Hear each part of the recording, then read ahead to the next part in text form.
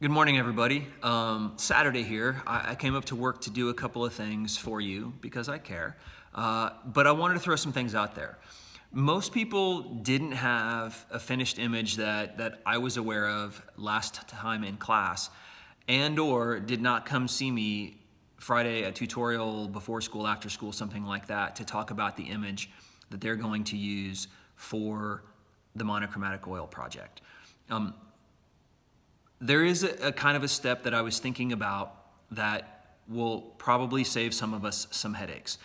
In one sense, it adds a little bit of work for us, but in another sense, it may actually save us some time because it's easier to make some corrections and things. So what you'll notice over here on my desk is that I have two different grid type options.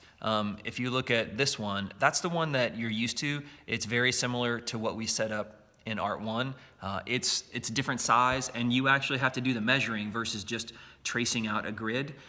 It's 16 by 20 inches on your canvas, which means you need to cut a piece of newsprint down to 16 by 20 inches. So you'll come over here to the paper cabinet, grab 18 by 24 inch newsprint, take this out of here, bring it over to the paper cutter. Where is it? Something here.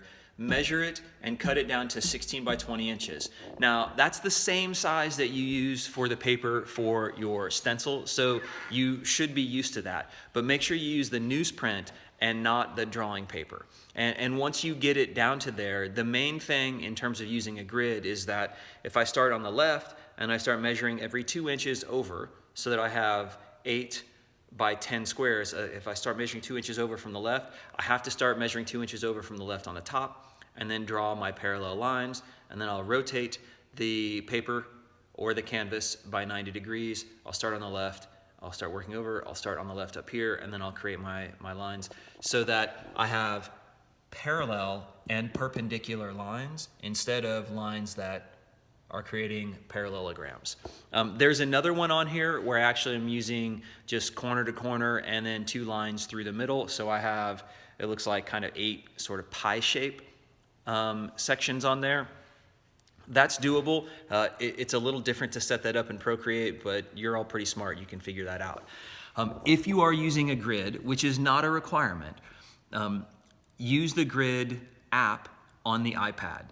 You have to make sure that it's square, and you have to make sure that you have 8 squares on the short side and 10 squares on the long side.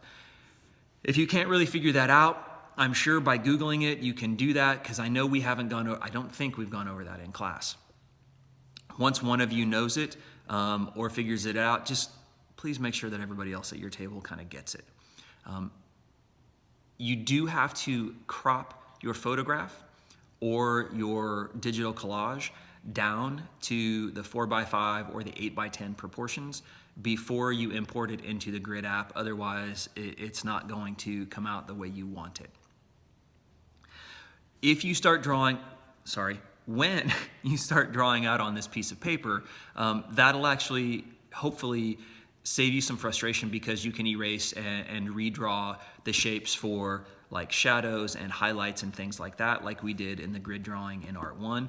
You don't have to be quite as detailed, but I do want you to be pretty detailed on that. And then I'll show you when I get back how to transfer and translate the piece of newsprint that has your drawing on it onto your canvas, and then you won't need to grid your canvas, assuming you haven't done that already. I would really like to see your images. Some of the ones that people were working with weren't really going to work.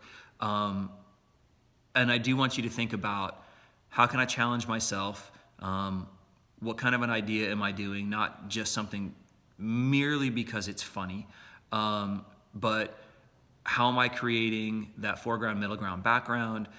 Something that is dynamic so that there's some sense of motion or visual interest in the composition, with different size and scales of things, different kinds of textures that I can get. You really need to pay attention to values, right? So you don't want everything to be fairly dark. You don't want everything to be super light. So if you have an area and you found a picture that you really like, you're making a collage or an overall photograph, but everything is very similar in value. You really maybe want to cut something out and put a different version of that in there so that you have really light areas, medium areas, and really dark areas with a variety in between. Again, I'll be checking my email a couple of times a day while I'm at the conference, so feel free to email me. But if you wait until class starts to do that, that's going to be problematic. So just keep that in mind. If you need me, I will do my best to be right there for you. Other than that, be productive. We'll talk more when I come back. And it would be great if you didn't wait till class on Friday. I would love to see whatever you have during tutorial on Thursday as well. Thanks and have fun.